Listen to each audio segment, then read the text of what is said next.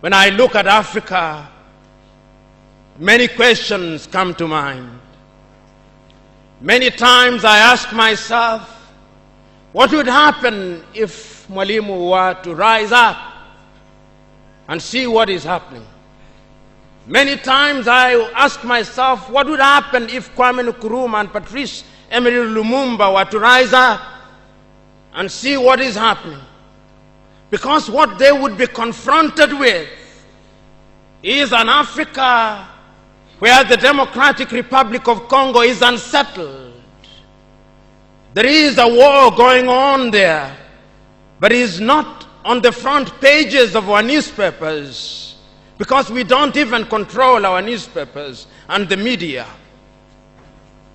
As I speak to you, the Central African Republic is at war, but we talk of it only mutedly.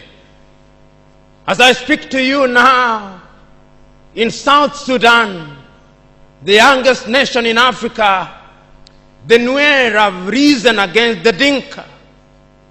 As I speak to you now, Eritrea is unsettled.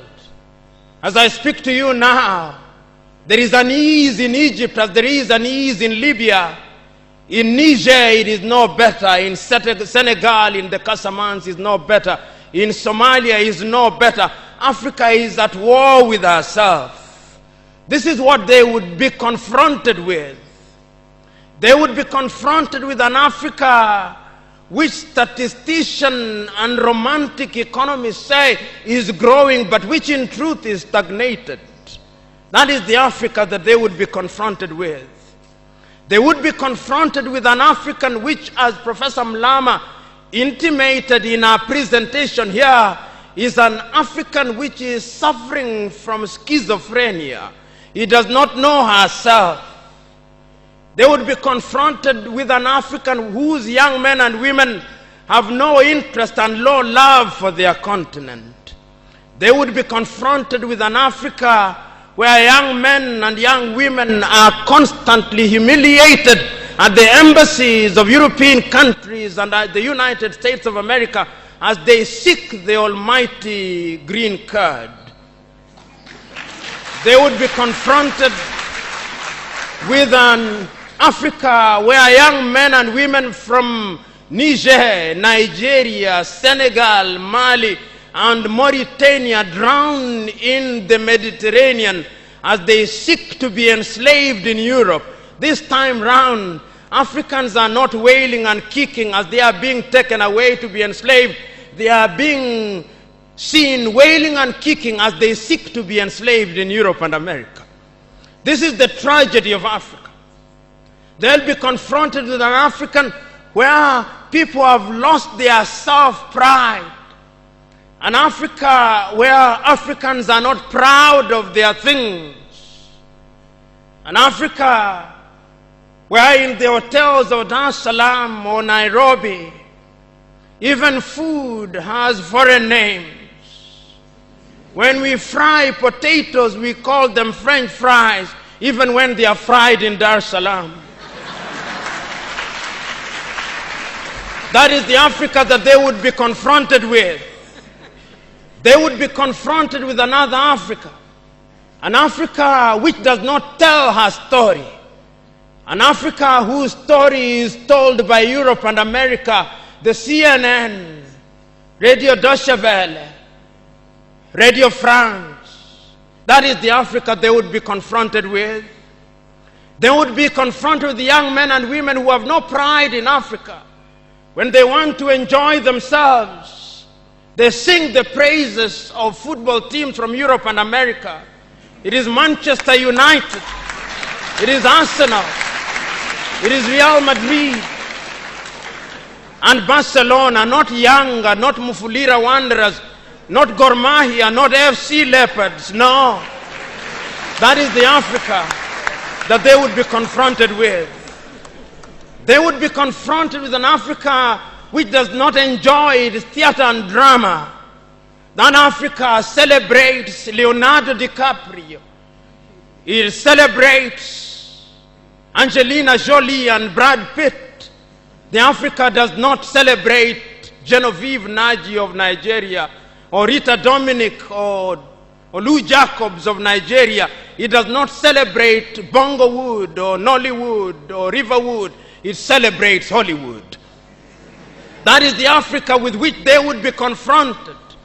They would be confronted with African women whose greatest source of joy is cheap grade B Mexican soap opera, La Patrona, La Mujer de mi Vida, The Rich Also Cry.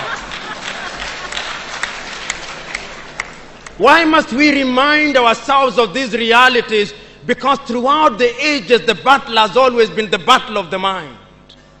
And if your mind is conquered, then you are going nowhere. And that is why in the ages of enlightenment in Europe, the great René Descartes said, cogito ergo sum, I think, therefore I am. And therefore, if Africans are to begin to make a contribution in their affairs, Africans must begin to think. But the question is, are we thinking? We have universities in their numbers. Tanzania has universities including Dar es Salaam. Nairobi has universities, as indeed Kampala, as indeed South Africa, Johannesburg. We have all these universities. We have engineers. But our roads are not being made by Tanzanian civil engineers. It is the Chinese who are present in this assembly who are making our roads.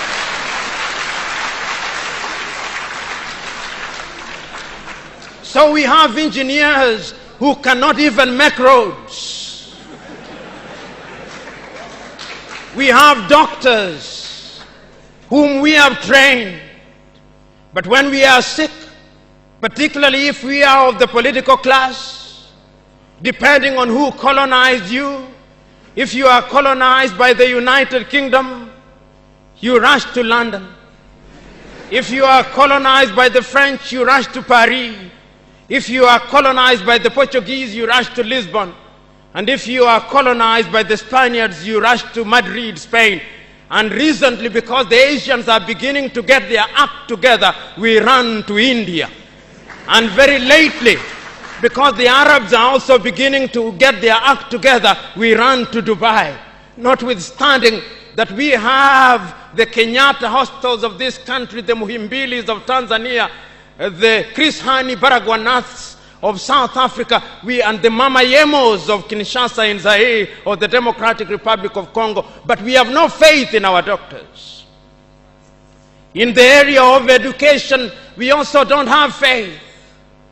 Our political class introduced something that they call free education, but it's free indeed, free of knowledge.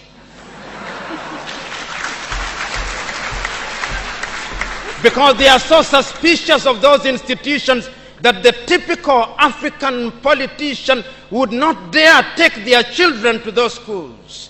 Their children will be educated in the British system, in the American system, so that when they graduate, they go to the United Kingdom, to the United States. Not that there is anything wrong with those institutions, but the agenda is wrong because our leaders long lost the script and ought to be described for who they are, our misleaders. But we are co-authors of our own misfortune. Whenever we are given an opportunity to elect our leaders, we are given a blank check. And if you permit me a little latitude, and if you give me a blank check, and you allow me to analogize, and you say that I'm given the blank check to buy a Mercedes Benz, what we do is that when we are called upon, having been so empowered, we buy what one calls a tuk-tuk from India and expect it to behave like a Mercedes Benz. How does that happen? Because what we do is to elect thieves. We elect hyenas to take care of goats, and when the goats are consumed, we wonder why.